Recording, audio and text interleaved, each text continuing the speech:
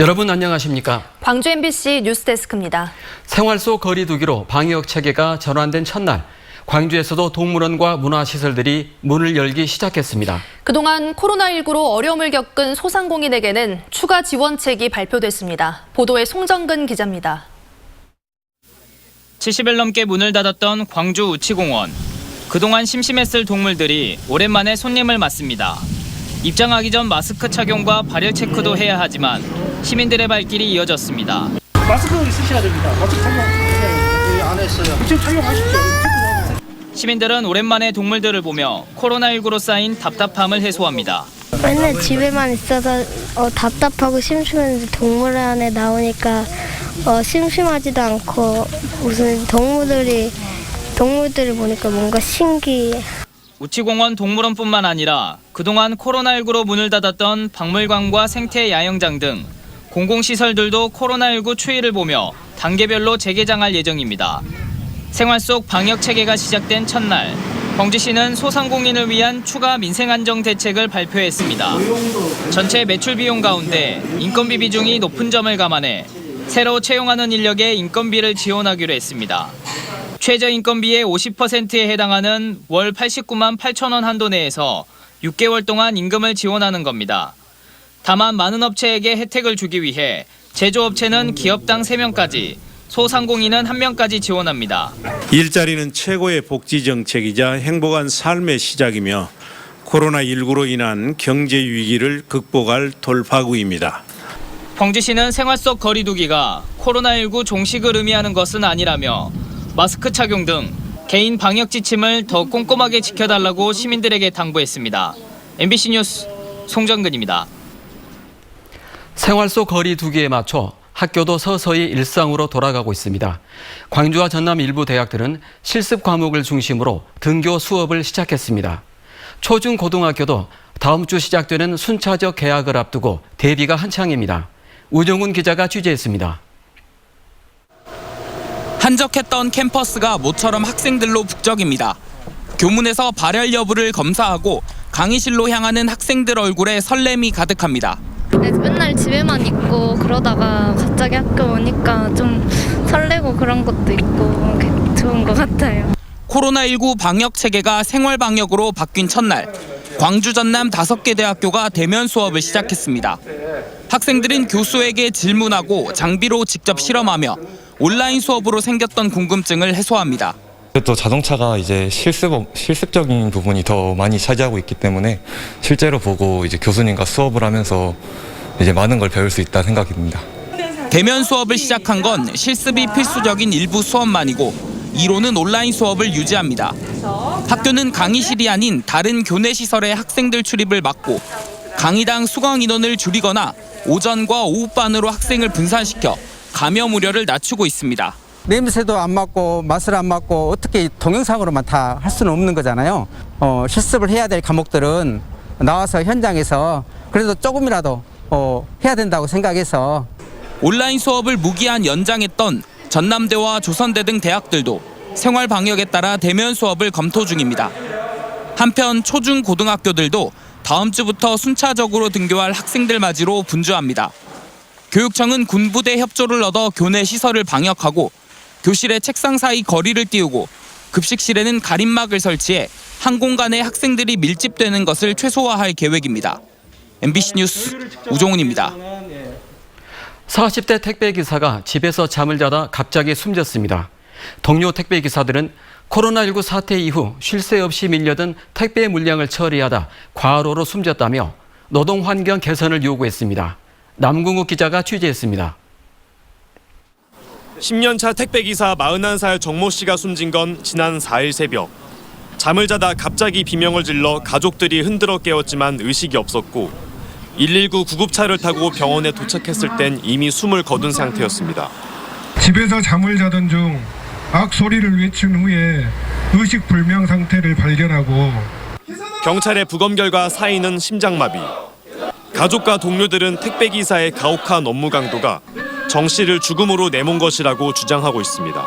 실제 정 씨가 지난 2월부터 지난달까지 처리한 평균 택배 물량은 10,000개. 한 달 7,000개에서 8,000개를 처리하다가 코로나 사태 이후 물량이 30%가 넘게 늘어난 것인데 매일 14시간씩 일을 해야 했습니다. 저도 제 물량 소화하기 바빴기 때문에 마음은 가서 도와주고 싶지만 그런 엄두가 나지 않았습니다. 근데 결국 지금 남아있는 건 무엇입니까?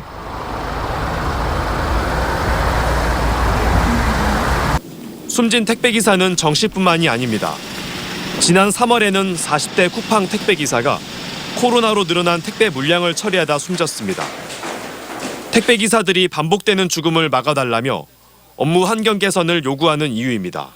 점심은 거르고 한순간도 쉬지 않고 저녁이 돼야 배송이 마무리되는 매일을 살다 결국 우리 조합원이 과로사로 돌아가셨다. 정부가 택배 노동자에게 휴식 시간을 주라는 권고안을 내놓았지만 말 그대로 권고에 그쳐 현장에서 지켜지는 경우는 거의 없고 지난해 택배 노동자의 처우 개선 관련 법안이 국회에 발의됐지만 아직 위원회 심사도 통과하지 못한 상황입니다. MBC 뉴스 남궁옥입니다.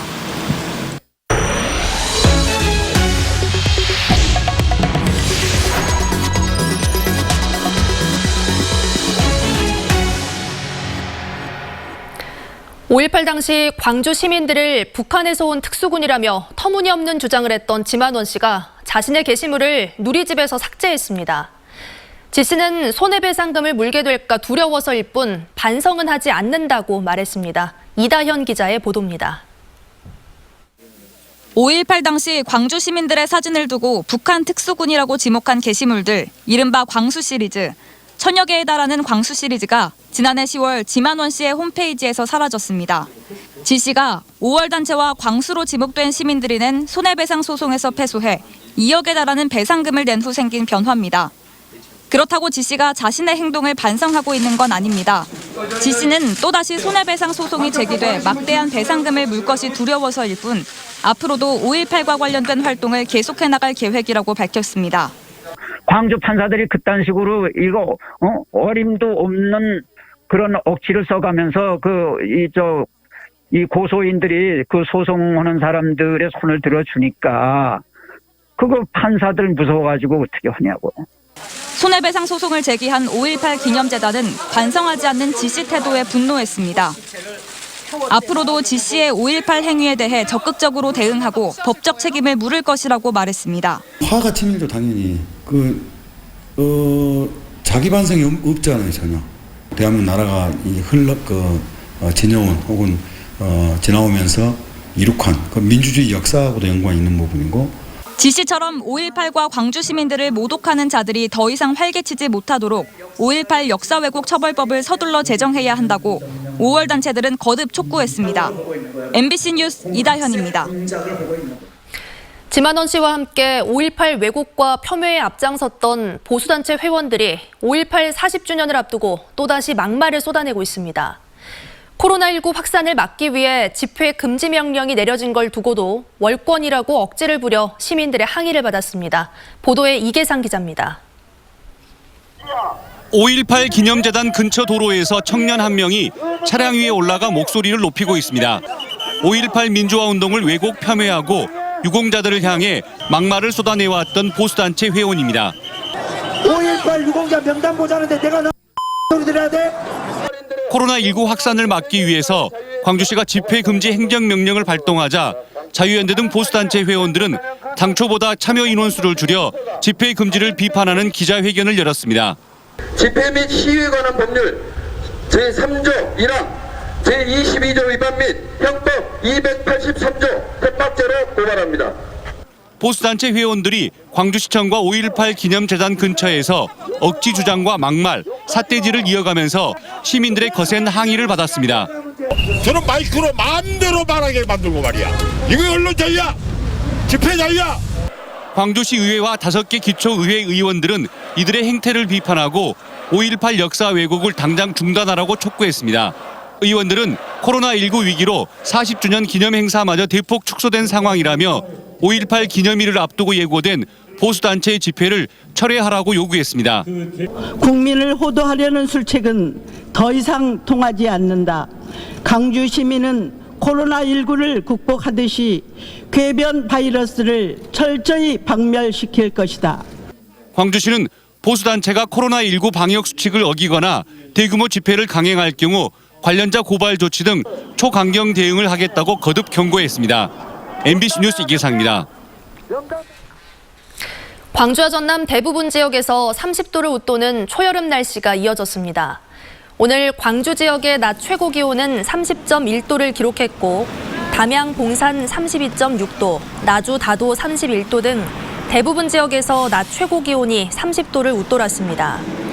내일은 낮 최고 기온이 26도로 오늘보다 떨어지겠지만 여전히 평년 기온을 웃돌겠습니다.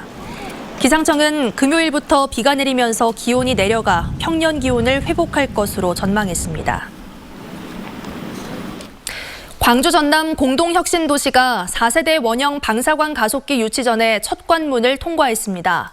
과학기술정보통신부는 오늘 부지선정평가위원회를 열고 빛가람 혁신도시와 충북, 청주 두 곳을 최종 후보지로 선정해 발표했습니다.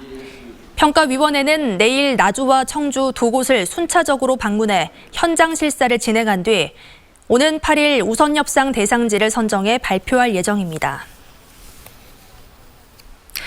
광주 백운고가 철거 공사가 다음 달부터 본격적으로 시작됩니다. 광주시에 따르면 도시철도 2호선 1단계 공사 구간에 포함된 백운고가의 철거 공사가 다음 달부터 본격적으로 시작돼 5개월 동안 진행될 예정입니다.